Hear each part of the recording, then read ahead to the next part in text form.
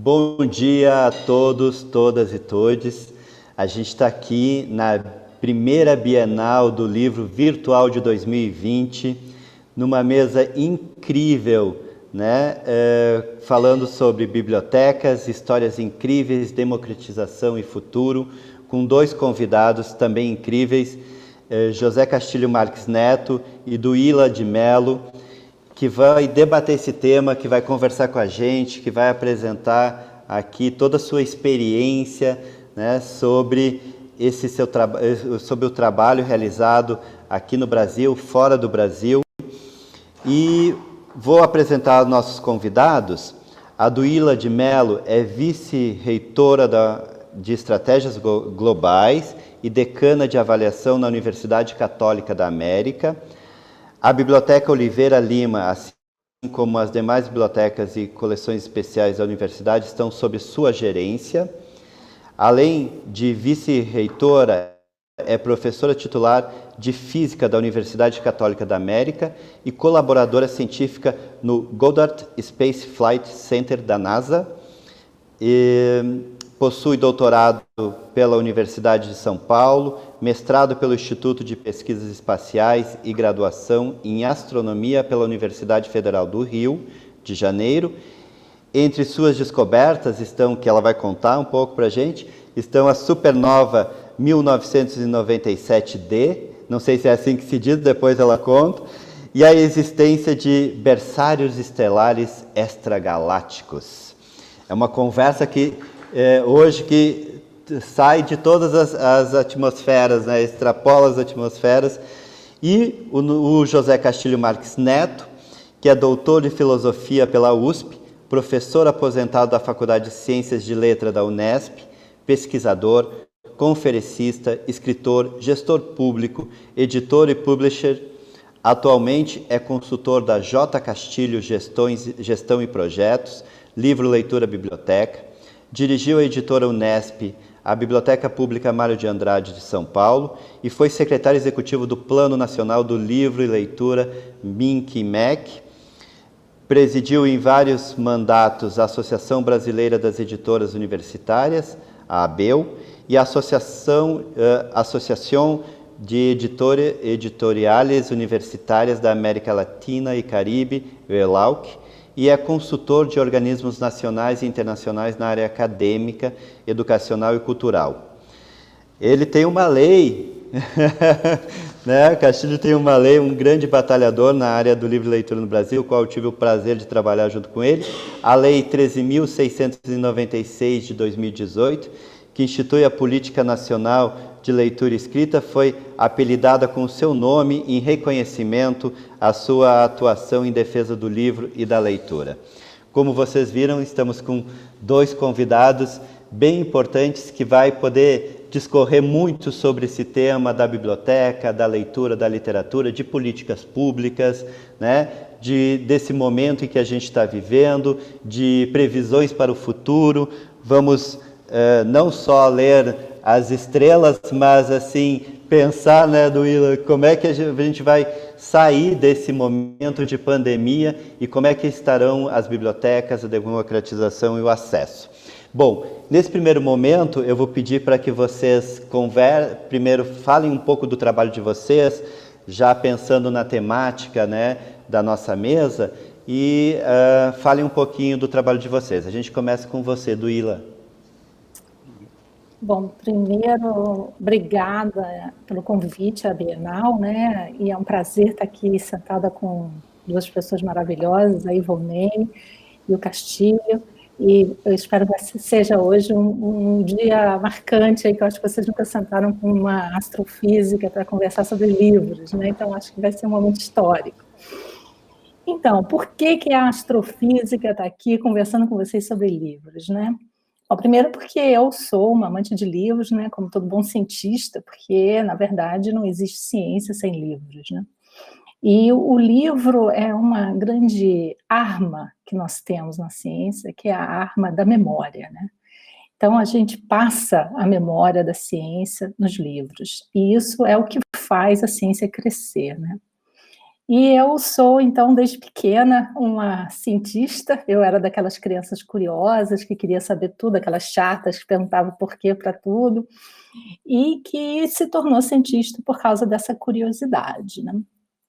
Bom, e depois de muitos anos, mais de 20 anos doutora, eu assumi a vice-reitoria da Universidade Católica de Washington, e essa universidade ela tem um tesouro brasileiro que eu vou contar um pouquinho para vocês. Então, quando o reitor me encarregou de tomar conta das bibliotecas, né? Então eu sou chefe dos bibliotecários, de todo mundo que trabalha nas bibliotecas da universidade, né? Ele me deu um cargo assim muito muito querido, que ele falou assim: bom, Duília, você é brasileira, né? Então você vai ser encarregada também da Biblioteca Oliveira Lima. Bom, primeiro, as bibliotecas da universidade são assim muito ricas, né? Nós temos 1.200.000 livros na Biblioteca Central, e a gente tem muitos livros históricos também, temos os arquivos da universidade, né? Então, esse amor pelos livros, ele começa já quando a gente é criança, né? Quando a gente é criança, a gente começa a viajar nas histórias do livro, né? E eu também, como criança, viajei nas histórias dos livros, e hoje eu viajo nas histórias das bibliotecas, né? Quando eu era criança, eu viajava nas histórias dos livros também, porque na escola a gente tinha que ler, né? Então era maravilhoso isso, que as escolas davam livros para a gente ler. Eu me lembro, vou contar essa história, porque eu acho que eu sou meio contadora de história, tá? Que eu acho que é muito importante a gente lembrar e botar as coisas dentro de um contexto também. Eu me lembro quando eu comecei a ler livros, por exemplo, livros de José de Alencar, né? Que era o que dava para a gente ler na escola, livros de Machado de Assis, né? Eu me lembro particularmente de José de Alencar, porque eu comecei a ver que era estranho que ele sabia tanto daquilo, né? Como que ele sabia tanto daquela época? Que ele era um homem daquela época. Então, ele escrevia mais ou menos sobre a época em que ele vivia. Então, ele contava as histórias da época dele. E eu estou falando isso porque a Biblioteca Oliveira Lima é um homem também de uma época muito interessante, e eu gosto de contar as histórias de Manuel de Oliveira Lima e de sua mulher, a Flora de Oliveira Lima. A Flora também é uma pessoa marcante dentro da Biblioteca Oliveira Lima. Então, os dois eram, assim, exploradores do mundo, e eles viajavam não só pelos livros, porque a gente faz altas viagens dos livros, não sei você, Valnei, não sei você, Castilho, mas quando eu abro um livro, não é só nem o destino, é também a jornada, né? A gente vai junto com aquela história, né? Então, os dois, o casal, Flora e Manuel, eles viajavam pelo mundo, porque Manuel era diplomata brasileiro. Então, ele serviu pelo mundo em vários países, né? E ele era um amante dos livros, e aí ele colecionava livros. Então, ele era um bibliófilo.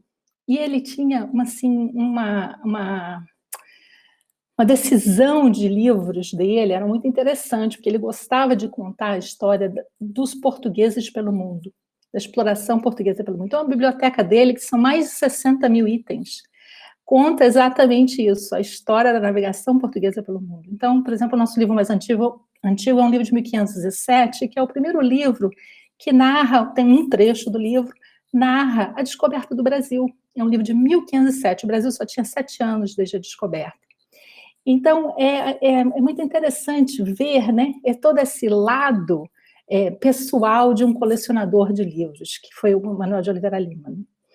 Então, e também eu, sendo brasileira, que moro fora do Brasil, né, eu também, quando entro nessa biblioteca, eu me transporto para o Brasil também, porque ela conta a história do Brasil, ela vai além dos livros, ela conta também a história do Brasil em mapas, em pinturas, em até cartões postais. Então, a gente tem assim, muitas coleções dentro da coleção de Oliveira Lima. Então, hoje eu vejo a Biblioteca Oliveira Lima como um representante do Brasil nos Estados Unidos, na capital americana. Ela é também responsável por um estreitamento entre as relações Brasil e Estados Unidos. E essa era a intenção de Oliveira Lima também. Então, hoje é uma grande meta minha, promover isso, né? Promover essa história do Brasil que existe dentro do maior tesouro brasileiro na capital americana, como mesmo fala o embaixador do Brasil, Nestor Foster, que é um grande amigo da biblioteca. A embaixada do Brasil é uma grande amiga da biblioteca. Manuel de Oliveira Lima foi diplomata, né? Então tem toda uma história também com a embaixada. Então, é sempre, assim, muito interessante a gente entrar e olhar os baús dentro da biblioteca, sabe, Valnei? Porque realmente é absurdamente rica a biblioteca. Então, eu vejo os livros como essa oportunidade da gente até virar imigrante, né? Porque a gente entra dentro de um livro, a gente começa a viver a história da pessoa, né? Naquele lugar que a gente nunca foi, naquele lugar que a gente imagina junto com o escritor, né? Então, eu estou muito feliz de estar aqui hoje, de estar falando isso, porque é uma coisa que eu falo pouco, que eu falo muito sobre o universo, sobre a descoberta da supernova, que eu vou falar depois para o Valnei, porque ele está curioso, mas eu vou deixar o Castilho agora falar, que eu já falei muito. Antes de passar a palavra para o Castilho, eu não conheço a biblioteca ainda, mas pretendo, assim que der, ir conhecer. Mas eu vi um vídeo e é incrível realmente, né? O número de utensílios, não só de livros, as cartas, né? Tudo que tem lá naquela biblioteca e dessa família pernambucana, né? Eles eram pernambucanos. E que realmente é um material que precisa ser muito cuidado. Depois a gente vai conversar mais sobre ele. Vou passar agora a palavra para o Castilho, por favor, Castilho. Bem, bom dia a todos e a todas. Bom dia, Duília, bom dia, Volney. É um prazer também enorme estar aqui, né? O Volney já disse que nós temos nos visto virtualmente, né? Com certa frequência. Duília é a primeira vez que temos esse contato de diálogo, mas é um prazer imenso saber que tem uma brasileira com toda essa formação importante que a Duília apresenta, dirigindo a Biblioteca Oliveira Lima e também sendo esse elo do Brasil, através de uma biblioteca com os Estados Unidos, com o mundo acadêmico americano. Isso é muito importante, porque a biblioteca, de fato, como a Duília já bem lembrou, ela fala por nós, não é? A biblioteca, ela sempre teve um papel tão importante na humanidade que, do ponto de vista político, geralmente era uma das primeiras coisas a ser fechada ou ser queimada, não é? Dependendo daqueles que não gostariam de continuar esse olhar para o passado, aquilo que acumulamos no presente e aquilo que nós podemos, a partir disso tudo, olhar para o futuro, né? Essa biblioteca como espaço, em última instância, da humanidade, é como eu entendo a biblioteca, é como eu entendo a convivência que nós temos com as bibliotecas. Hoje poderíamos falar dessa convivência virtual das bibliotecas digitais, mas eu sempre percebo, quando entro nesses assuntos, que o que me chama mesmo é a convivência na biblioteca, não é? É aquela troca que nós temos com os livros, mas que temos também com as pessoas que estão buscando aqueles mesmos livros, não é? Digamos, eu vejo quase como insubstituível, não é?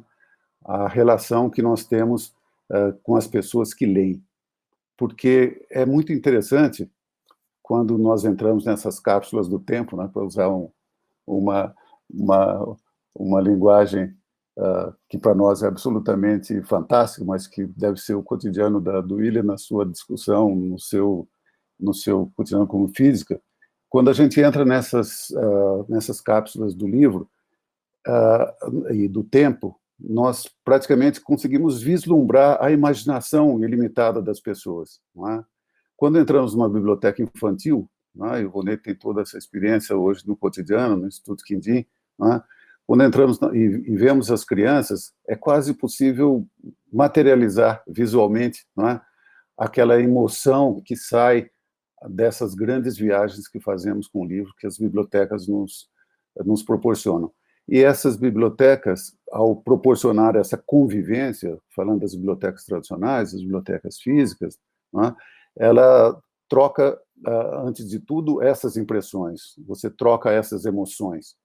Então, sou absolutamente não só favorável, como entusiasta e militante também das grandes bibliotecas digitais, não é?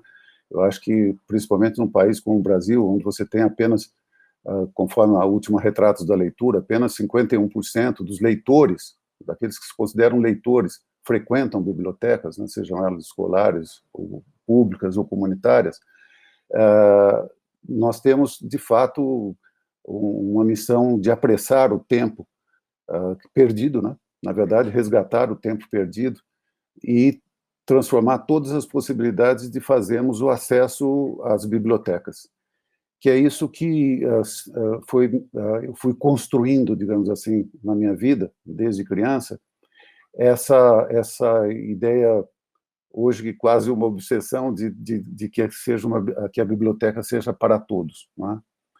Quer dizer, esses espaços da imaginação, do conhecimento, da inter-relação entre as pessoas, esse espaço onde você vivencia a humanidade no seu todo, eu comecei a perceber esse espaço na minha própria casa. Eu tive pais leitores, mãe professora, tinha uma pequena biblioteca em casa, mas existia, e eu convivia com isso. Essa participação da casa acabou se transformando também numa participação na pequena biblioteca do colégio, de um colégio interiorano, onde eu cresci, no interior de São Paulo, e passou pela chegada em São Paulo para fazer a universidade, etc. e tal, pela descoberta de grandes bibliotecas, né? A minha primeira grande biblioteca foi a Biblioteca Mário de Andrade, né? Esse templo no meio da cidade de São Paulo, que depois quis o destino e a luta da vida, que eu fui dirigir durante quase 3 anos. Em todas elas, eu fui encontrando o quê? Eu fui encontrando a necessidade de que todos estivessem lá, né? É quase uma evidência, né, de que as pessoas precisam frequentar as bibliotecas, principalmente quando nós pensamos que cada vez mais as pessoas estão se distanciando delas mesmas e entre nós há uma certa distância, onde pode haver uma espécie de intersecção, uma espécie de comunhão de conhecimentos mútuos da nossa própria humanidade, né? Eu acho que as bibliotecas são espaço nessa troca incessante de experiências, mas ao mesmo tempo de sensações, né? Eu tive uma carreira acadêmica bastante tumultuada em vários momentos, né? Mas talvez um dos momentos de maior mergulho em que eu pude perceber a exata dimensão de um grande intelectual brasileiro e que jornalista, advogado, militante socialista, onde eu fiz a minha pesquisa fundamental para a minha tese de doutorado, que foi o Lívio Barreto Xavier.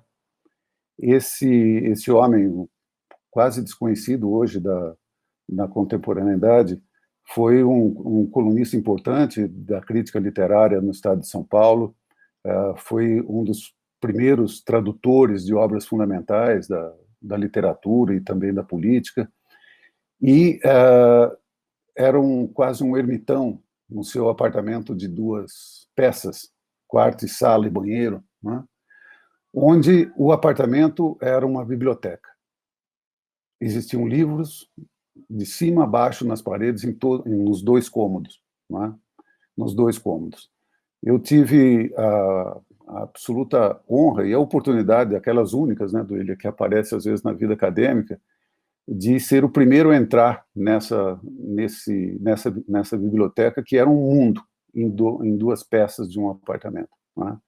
Ele jamais havia deixado pesquisadores entrarem na sua biblioteca, e principalmente nos seus arquivos pessoais, né, nos seus documentos pessoais. E eu, por uma série de circunstâncias, que não vale a pena dizer aqui, eu fui o primeiro a entrar nela. E nela fiquei 3 anos, fazendo uma pesquisa de documentação primária, e, ao mesmo tempo, me servindo de uma biblioteca absolutamente futurista para a época que ela foi concebida e comprada pelo Livro Xavier, porque essa pesquisa que foi feita lá no final dos anos 80, trazia primeiras edições de livros que estavam sendo editados no Brasil naquele período, não é? Livros dos anos 50, dos anos 60, às vezes até dos anos 30, 40. Então, eu me servi fartamente de lá. E lá também consolidei a ideia de que a biblioteca é, antes de tudo, a expressão do humano. Porque mesmo o livro não estando lá, não é? Eu estando sozinho naquele apartamento, ele estava presente naquela representação bibliográfica, naquela representação de toda uma vida em torno dos livros que lia. Era quase um diálogo a cada documento que eu descobria, a cada livro que eu retirava da estante, a cada leitura que eu via que ele tinha feito pelas anotações nos livros. Então, a minha relação com a biblioteca é intelectual, é emocional, é física e é também um passeio e um diálogo com a humanidade. É assim que eu vejo esse tema e essa necessidade de que todos tenham o direito a exercer essa entrada a esse mundo, que é o nosso, afinal de contas. Maravilha, obrigado, Castilho. Olha só, gente, tanta coisa, assim, vocês foram falando tanta coisa que eu fiquei anotando que eu disse, bom, daria muito tempo para a gente conversar. Mas eu queria pegar por uma questão que vocês dois abordaram e que eu acho que é essencial para a gente falar, até para a gente ter visões diferentes de diferentes territórios, lugares, né? Do Willa está nos Estados Unidos, Castilho no Brasil, apesar de vocês circularem muito, né? Além desses territórios, mas assim, o Castilho trouxe essa questão da expressão do humano e vocês falaram dessa experiência, né? Dessa experiência que é uma experiência particular e também uma experiência coletiva, né? A biblioteca é essa experiência particular e coletiva, e vocês mostraram a experiência particular de vocês, através da trajetória de vocês, e estão à frente de ações e bibliotecas, né, que têm a ver com essa experiência coletiva. Eu queria perguntar, em cima disso, como é que vocês estão enxergando, vocês enxergam, a gente sabe que no Brasil, por exemplo, poucas pessoas ainda frequentam a biblioteca, Castilho trouxe dados aí da Retratos da Leitura no Brasil, mas o que levaria, o que leva as pessoas, né? O que precisa para que as pessoas saiam dessas bibliotecas particulares, como a gente viu, essa que o Castilho falou, e a Biblioteca Oliveira, né? Para se tornar público, para ser uma biblioteca pública, e também as pessoas saírem do seu particular para ocupar o espaço público, que é um espaço da biblioteca. No ponto de vista de vocês, com essas nesses diferentes lugares, como é que vocês estão enxergando isso? Eu estou falando um pouco antes da pandemia, é claro, né? Mas essa ocupação das bibliotecas públicas, como é que é nos Estados Unidos, como é que é no Brasil, se existe diferença, se falta condições ou de conhecimento. Eu vou contar para vocês algo muito particular que aconteceu comigo já, de eu estar na frente de uma biblioteca pública em diferentes lugares do nosso país, e as pessoas passarem e me perguntarem as pessoas que são moradoras locais me perguntaram onde é a biblioteca pública. Ou olhar para o prédio e dizer, o que será que é aqui? Né? Então, qual é a percepção de vocês sobre isso? Podemos começar com você, Duíla. Pois é, então, Vonei, eu acho que a gente às vezes precisa também ser um pouco realista e entender a nova geração, né? Porque o que funcionou para mim e para o Castilho não necessariamente vai funcionar para outra geração que vem depois da gente, né? E já não está funcionando, né? Tanto que as bibliotecas estão vazias, né? Nós fizemos um levantamento na Universidade Católica, com os estudantes, para perguntar para eles o que eles queriam. A gente quer refazer as bibliotecas, né? O que eles queriam nas bibliotecas. Porque a gente começou a notar que eles vão para a biblioteca com o laptop e eles abrem o livro da biblioteca, que está na estante ali do lado, no laptop, e eles leem no laptop ou no iPad, né? Não vão ali, pegam um livro e lêem. Essa é a nova geração, tá? Então, a biblioteca ainda é um lugar em que eles querem ir, tá? Que eles querem ir para ter essa paz, essa viagem no tempo, essa cápsula do tempo. A biblioteca, fisicamente, o local ainda é a cápsula do tempo.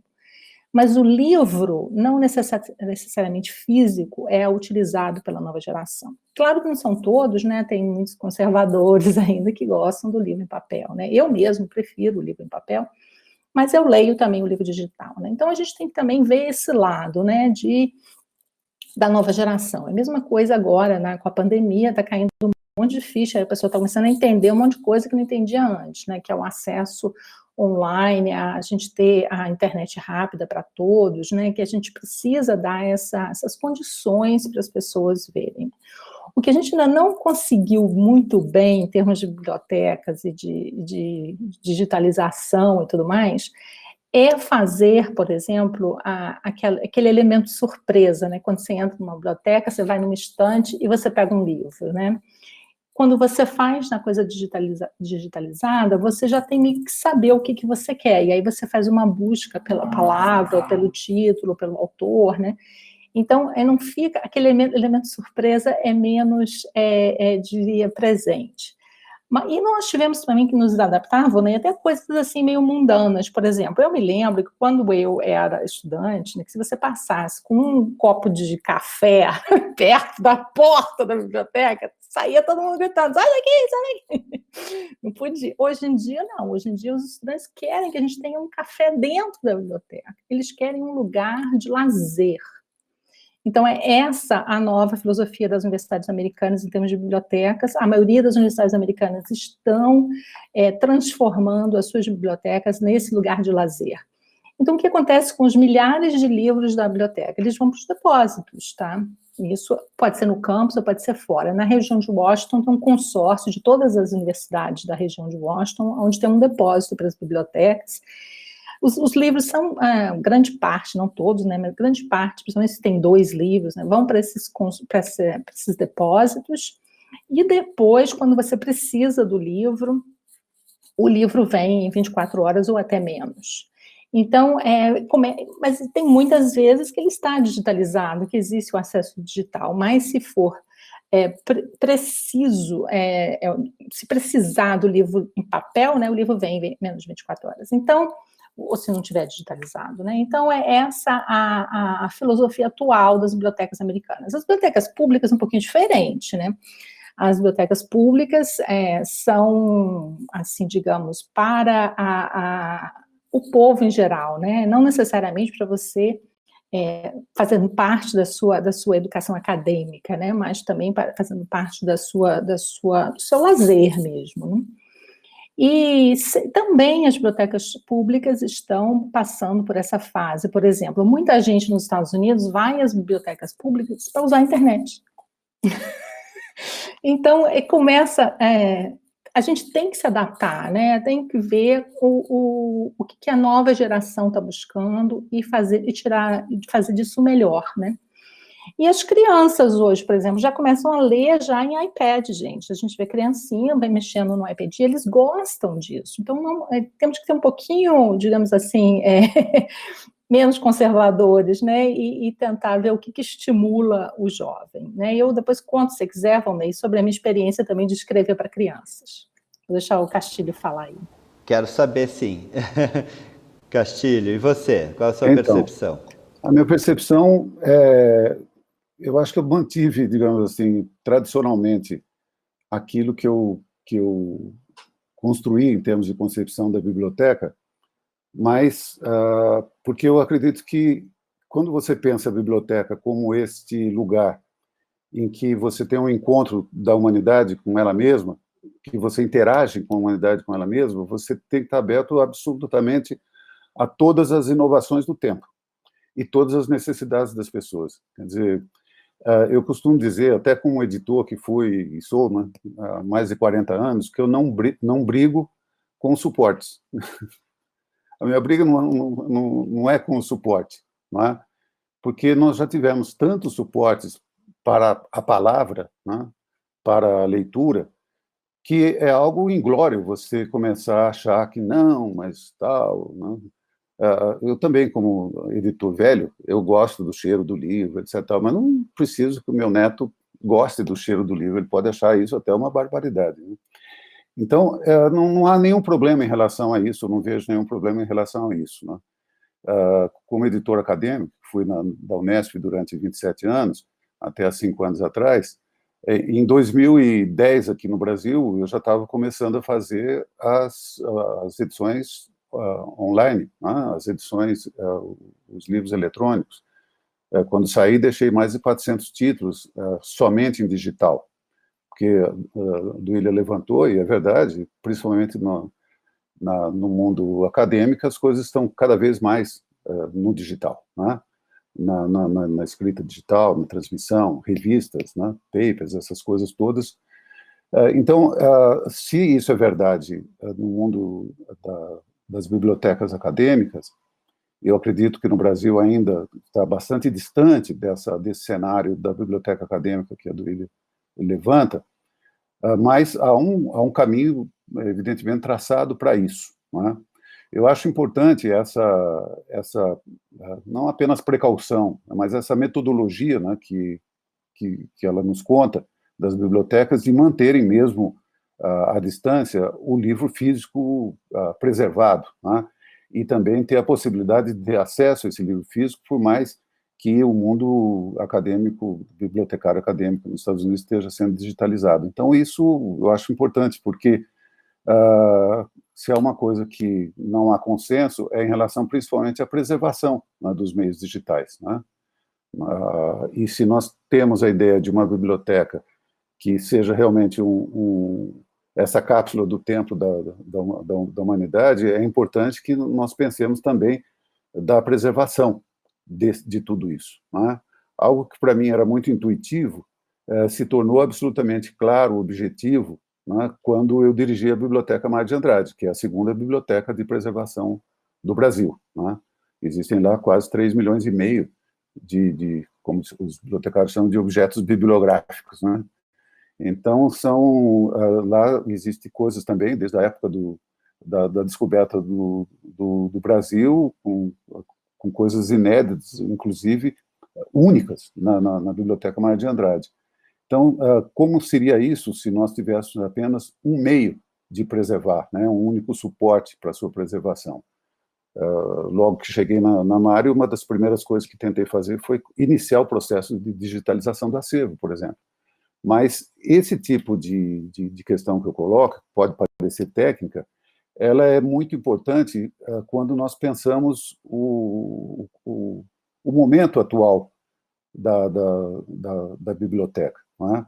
Quer dizer, os manifestos da IFLA, por exemplo, de preservação, da importância e a centralidade das bibliotecas públicas, que aqui no nosso Plano Nacional do Livro e Leitura, né, Vonei, a gente chama de Biblioteca de Acesso Público, né? A Biblioteca de Acesso Público, englobando num único conceito todas as bibliotecas que estão abertas as suas portas para a rua e tem esse desejo e essa missão clara de ser um serviço público, né? A questão maior que se trata para mim hoje não é tanto digamos assim, dos meios que nós temos hoje para fazer a difusão da palavra, porque eles estão disponíveis e cada vez mais nós temos que avançar no tempo. Estamos muito atrasados no Brasil, como você sabe, Duília, em relação à digitalização de acervos, e temos bibliotecas por streaming. A biblioteca digital hoje é um sonho ainda muito distante e até incompreendido na maior parte do país, não é? Mas o que precisa é haver mais bibliotecas. O Brasil deve aos seus concidadãos uma biblioteca por bairro, né? Seja ela digital, seja ela física, né? Mas é muito interessante saber, em um país que teve na sua construção as bibliotecas públicas como um dos lastros, como é o caso dos Estados Unidos, né? Quer dizer, é difícil você ver, cresci vendo isso nos filmes americanos, né? Sempre, aonde você vai? Vou à biblioteca, dizia o jovem lá dos anos 50, dos anos 40, né? Sempre tem a biblioteca do lugar, né? Aqui no Brasil também, nós temos equipamento é o mais capilarizado, é o equipamento cultural que mais tem nas cidades brasileiras, né? Apesar da pouca frequência e da falta de políticas públicas permanentes para ela. Mas o que eu acho interessante no seu relato é que, em todas as situações, a biblioteca, enquanto espaço, continua um espaço de convivência, né? Um espaço de troca, um espaço da leitura, né? O suporte é circunstancial, né? Como eu digo sempre, que me pergunto sobre o livro digital, eu digo, hoje nós vemos o livro digital por streaming. Como veremos daqui a 10 anos? Haverá streaming? Ou haverá uma outra coisa? Está escrito nas estrelas? Isso é uma pergunta mais para o William do que para nós. Boa, Castilho, obrigado também. E eu queria aproveitar para corroborar com o que vocês estão falando. A Adriana Ferrari colocou no comentário no chat que a gente avançou pouco na construção desse sistema de bibliotecas públicas no país. Estamos com 52 milhões de pessoas vivendo em situação de extrema pobreza, né? Adriana Ferrari, que é a presidente da FEBAB, que é a Federação de Biblioteconomia do nosso país. E eu lembrei, Duília, quando eu estive em Seattle, numa visita para na Fundação Bill e Melinda Gates, para trazer um projeto inclusive, né, de informatização, dinamização da questão das bibliotecas públicas do nosso país, e eu estive na Biblioteca Pública de Seattle. E uma das coisas que me encantou foi ver que o terceiro andar, que era o andar dos computadores, estavam cheios de moradores de rua, ocupando aquele andar, né, com os seus cobertores, fazendo pesquisa, olhando nas redes sociais e, inclusive, montando, tinha um apoio para montar currículo, para conseguir trabalho. Então, né, isso que a gente está falando da biblioteca, que o Castilho trouxe de serviço público, né, uma biblioteca que é um espaço que vai além das coleções, né, que é tão fundamental e importante, porque a gente está falando do conhecimento, do patrimônio da humanidade, né, de dar acesso a toda a população, o que é de todo mundo, não é verdade? Né, porque ali está contido o patrimônio da nossa sociedade, mas também desse trabalho, desse lugar de encontro, desse papel mais social. A gente teve baseado, né, Castilho, aqui na América Latina, as bibliotecas parques, que tem um olhar mais voltado para essa questão do trabalho com a sociedade, mas é claro, a gente tem muitas bibliotecas públicas também nesse papel. O que a gente precisa é renovar esse olhar, né, sobre esse espaço, que ele é um espaço que vai além das suas paredes, né? E esse espaço também de preservação que vocês trouxeram. E teve uma outra coisa que eu lembrei, me chamou a atenção, que é essa coisa do digital para o físico. Eu também não brigo com as plataformas, eu acredito justamente que existem diferentes tipos de leitores. E nós que estamos dando acesso a esse conteúdo, a esse material, temos que pensar nesses diferentes tipos de leitores. Mas eu lembro muito de como é interessante, olha só, de você ficar passando o dedo pela lombada e ficar procurando. Isso acontece muito também, não só na biblioteca, como na livraria. Uma vez eu fui na livraria Cultura, em São Paulo, e pedi se eles tinham direito à leitura do Antônio Cândido, que, né, é o nosso grande mestre, para falar sobre essas questões da leitura como um patrimônio realmente da humanidade. E como não é um livro que ele está publicado em Portugal, e não tinha. Eles olharam no sistema, no digital, e disseram, não tem. Eu disse, tá, então eu vou ficar olhando aqui as prateleiras. E eu, passando o dedo, encontrei. Não estava no sistema o livro, mas tinha o livro na livraria. E consegui comprar o livro, né? Então, assim, acho que esse diálogo entre o digital, entre o livro físico, entre as milhões de possibilidades, a gente precisa trazer ter mais presente, e quem está à frente desse espaço entender melhor os diferentes tipos de leitor e que se modificam a cada momento, né? Eu sou um leitor hoje, amanhã eu já sou um outro tipo de leitor. Bom, Eu queria também aproveitar para tem perguntas no chat perguntando assim desse momento de pandemia, né? A gente sabe, por exemplo, de uma experiência aqui no Brasil, do Ila, que as bibliotecas, se elas ficarem muito tempo fechadas, elas não têm muito recurso, né? A gestão pública, apesar de a biblioteca estar em quase todo o território nacional, ela não dispõe de muito recurso. Então, assim, a gente tem um grande problema nesse momento, está fechado, dos livros estarem não sendo usados, né? E dos leitores. Como é que vai ser o leitor daqui para frente, né? Como é que vocês imaginam, vocês veem como é que vai ser o leitor que a gente tem em alguns lugares, em alguns países, como a Bélgica, que disse que a livraria era um bem de primeira necessidade, que elas tinham que ficar abertas assim como os supermercados, como as farmácias, como os hospitais, né? Nesse momento que as pessoas estão em casa reclusas e que tem que estar. E aí eu queria perguntar para vocês como é que vocês vão ver assim, pelo menos no Brasil, já as pessoas não frequentam a biblioteca como deveria. Se isso vai causar um afastamento maior, se as políticas públicas, né, se as pessoas que trabalham na área, se as entidades que trabalham na área não tinham que estar atentas a esse movimento e se preocupar. A gente sabe que tem uma migração para o streaming, né? A Retratos da Leitura do Brasil diz que diminuiu o número de leitores e eles foram para o streaming, então estão vendo mais filmes e tudo. E até lendo, a gente está vendo a venda no digital aumentando, mas e essas bibliotecas? E essas bibliotecas que a gente tem tanta paixão, esse espaço de convivência, espaço físico, né? Os leitores vão voltar para essas bibliotecas? O que vocês acham? Acho que sou eu sempre a primeira. Olha, eu acho que volta, até porque é aquilo que você estava falando também, Volney, que a biblioteca ela vai além do livro, né? Ela é um ambiente social.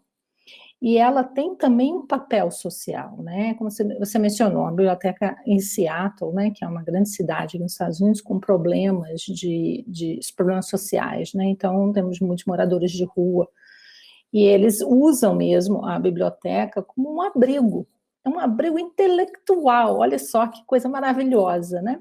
E também toda uma parte de suporte. Eu acho que isso vai continuar existindo no mundo todo, no Brasil também, da biblioteca ser um lugar que a gente vai, né? Eu espero que as pessoas que, depois da pandemia, queiram ir a mais lugares coletivos, né? Porque a gente ficou muito isolado por quase um ano, né? Ainda vai continuar por vários meses, né? Não vai sair todo mundo correndo para as bibliotecas agora, né? Então, ainda acho que vai ser um lugar de encontro, quem sabe até mais, né? E você falou assim, será que o leitor mudou? Eu tenho pensado sobre isso também. Eu acho que não, eu acho que o que é aquele negócio que eu falei no começo de cair, começaram a cair as fichas, né? Começaram a entender da importância de digitalização das coleções, né? De ter o acesso ao material digitalizado. Eu, por exemplo, estou numa campanha de digitalização do meu acervo inteiro da Biblioteca Oliveira Lima, né? Eu tenho uma diretora, que é a Natália Henrich, que é a diretora da Biblioteca Oliveira Lima, e a Natália também é muito preocupada com essa acessibilidade à coleção, né? Porque nós estamos nos Estados Unidos, mas é uma coleção brasileira, né? E a gente quer que o brasileiro tenha acesso. Não posso trazer o Brasil inteiro para... É caro viajar, a gente não só os privilegiados deveriam ter acesso a essa coleção. Então, isso não é só apenas para a Biblioteca Oliveira Lima, mas para todas as bibliotecas. Não só os privilegiados deveriam ter acesso as bibliotecas, né? Porque às vezes você mora no interior, às vezes você mora na floresta, às vezes você mora em lugares que não tem esse acesso, né? Mas hoje em dia, com o celular, gente, é uma das maiores invenções da ciência, tá? Porque o celular, ele dá essa acessibilidade, né? Então, a gente pode cada vez mais entrar nessa tecnologia que faz disponível para todos o livro. Então, eu acho que o leitor não mudou. Eu acho que o que mudou é o direito ao acesso. Acho que todo mundo entendeu que o acesso é muito importante. Maravilha, obrigado. Eu concordo. Castilho. Também acho isso. Acho que a questão central é o acesso, né?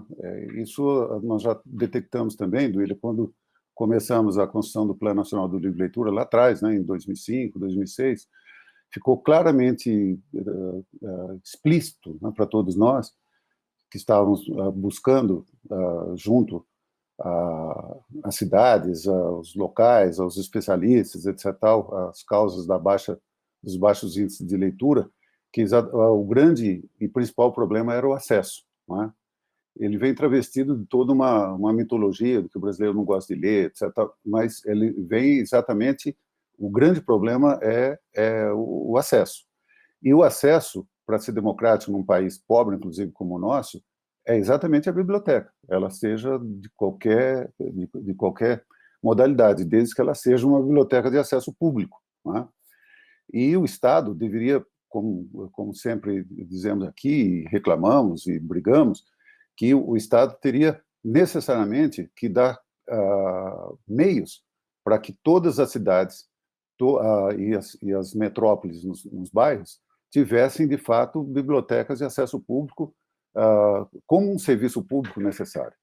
Nós tivemos aqui também, durante os últimos anos, a construção de bibliotecas comunitárias que foram a expressão das próprias comunidades, né, fazendo, às vezes, daquilo que deveria ser um dever público, né, e abrindo os seus espaços para a construção de bibliotecas que são exatamente a expressão mais viva, talvez, hoje, daquilo que nós estamos falando aqui, né? Que é exatamente um espaço de convivência, um espaço de construção social, um espaço de troca, né? E um espaço de busca do conhecimento e da informação, né? Houve todo nos últimos, a partir de 2015, o Volney participou disso ativamente, né? A construção, tanto pela sociedade civil quanto pelo poder político, né? De toda uma construção de uma política de Estado pela leitura, né? Que desse aqueles passos necessários, que sejam suprapartidários, supragovernamentais, no sentido de construir um país de leitores baseado exatamente nesses espaços de acesso público, né? Democratizar o acesso ao livro e à leitura era o primeiro ponto. E o primeiro ponto, pensando exatamente nas bibliotecas e no acesso a todos sobre isso. Essa política, por mais complicada que foi implantá-la, por mais restrições, por mais incompreensões que também aconteceram naquele período, né, a Retratos da Leitura no Brasil mostra que nós tivemos um acréscimo de 16 milhões e 500 mil leitores no período de 2011 e 2015, onde foi exatamente, você começou a colher tudo aquilo que foi plantado, principalmente a partir de 2008. Né? O problema é que, como tudo o que rege isso é a política, e nós estamos, como todos sabem, num momento de obscurantismo na política brasileira, nós tivemos, desde 2016, uma queda crescente, né, dos investimentos, e a partir desde janeiro de 2019, onde começou o atual governo, nós temos, ao contrário, não apenas uma desestabilização, nós estamos num processo de destruição de toda essa política que foi colocada e todos esses programas que foram colocados, né? Quando surgem programas, né, de formação de leitores, eles nunca envolvem as bibliotecas, nunca envolvem os autores brasileiros, nunca envolvem os especialistas brasileiros, e vêm com fórmulas que são, na verdade, destruidoras de toda essa possibilidade de formação leitora que nós temos no Brasil, né? Não trabalha com a diversidade, não trabalha com as autorias necessárias que representem o Brasil. As bibliotecas estão sem condições de trabalho cada vez mais, né? Sem investimentos, sem quadros, acesso à internet cada vez mais dificultado, né? Então, o que temos hoje no país, e eu vou saber isso, é um processo de resistência, de resiliência, porque é uma resistência ativa, não é? De resiliência tanto das bibliotecas públicas quanto das bibliotecas comunitárias e as poucas bibliotecas escolares que existem no país. Há exemplos lindos, fundamentais. É só quem percorreu o país, como foi o meu caso, não é? Como o Vonei também que percorreu, e vários outros amigos e companheiros dessa jornada que percorreram o país, como a Adriana Ferrari, por exemplo, que conhece muito bem tudo isso que está nos ouvindo, essa é que sabe exatamente o esforço que está sendo feito, não é? Para preservar e, ao mesmo tempo, dar continuidade. E mesmo na pandemia, porque todos esses problemas são antes da pandemia, não é? Antes da pandemia, todos esses problemas, que são problemas de última instância de retrocesso político, de retrocesso a um obscurantismo, não é? Que pensávamos já ter superado no Brasil, eles têm exemplos fundamentais. Dou exemplo aqui do Estado de São Paulo, né? Que apenas para pegar dois exemplos. Né? A biblioteca que foi fundada, por exemplo, pela Adriana Ferrari, quando estava na Secretaria, encarregada de bibliotecas na Secretaria de Estado de São Paulo, que é a Biblioteca São Paulo, né? E a Biblioteca do Parque Vila Lobos, que tem exatamente essa concepção que falamos aqui, né? De acolhimento, de informação, difusão de conhecimento, mas principalmente de integração e de promoção humana, continua na pandemia fazendo esforços virtuais de clubes de leitura, de iniciativas importantes que estão sendo feitos hoje, tanto na Biblioteca de São Paulo quanto na Biblioteca do Parque Vila Lobos. Só para dar um exemplo de biblioteca pública. Aqui em Parelheiros, no extremo sul de São Paulo, né, a Biblioteca Caminhos da Leitura, que faz parte da Rede Nacional de Bibliotecas Comunitárias, abriu durante a pandemia a campanha que chama Pão, Proteção, Poesia e Plantio. Né? Então, atendendo a comunidade, uma das comunidades mais carentes da cidade, né? A biblioteca comunitária se organiza com instruções para enfrentar a pandemia, com distribuição de máscara, distribuição de cestos de alimento, como é um bairro também que é rural, incentivando as economias de plantio local, né? E em todas elas está o livro. Em toda sexta vem o livro, a distribuição, etc. Ou seja, há um movimento que é um movimento que, antes de tudo, é um movimento desse espaço da biblioteca, que é, como já dissemos, é o espaço da humanidade. Então vai voltar, Vonei. Vai voltar, então tá. Obrigado, Castilho. Não, a gente não parou, né? E, bom, a gente está chegando ao final, a gente está com 5 minutos. Eu vou pedir para a Doíla falar um pouquinho, ela disse que já fazer as considerações finais, já que escreve também e tudo, então faça suas considerações e conte para a gente como é que é. Eu não sabia que você escrevia para criança. Conta aí. Então, eu comecei a escrever para criança quando eu comecei a abrir alguns livros de criança, que eu tinha uma amiga que, ela é astrônoma também, o marido é filósofo, e eu queria dar um livro de presente para o filhinho dela, né? Então, mas era assim, tinha 1 aninho, menino, então tinha assim, um livro bem de criancinha mesmo, né? Então eu fui na livraria, gente, que horror, não tinha nada, a criança não aprende. Então eu falei assim, uma coisa eu comecei a escrever. Então, o livro que eu acabei comprando era o da Baleia Beluga, mas nem que era de onde vem a Baleia Beluga se aprendia do livro. Então, eu falei, vou começar a escrever. Aí eu escrevi As Aventuras de Pedro, uma Pedra Espacial. O Pedro é um meteorito.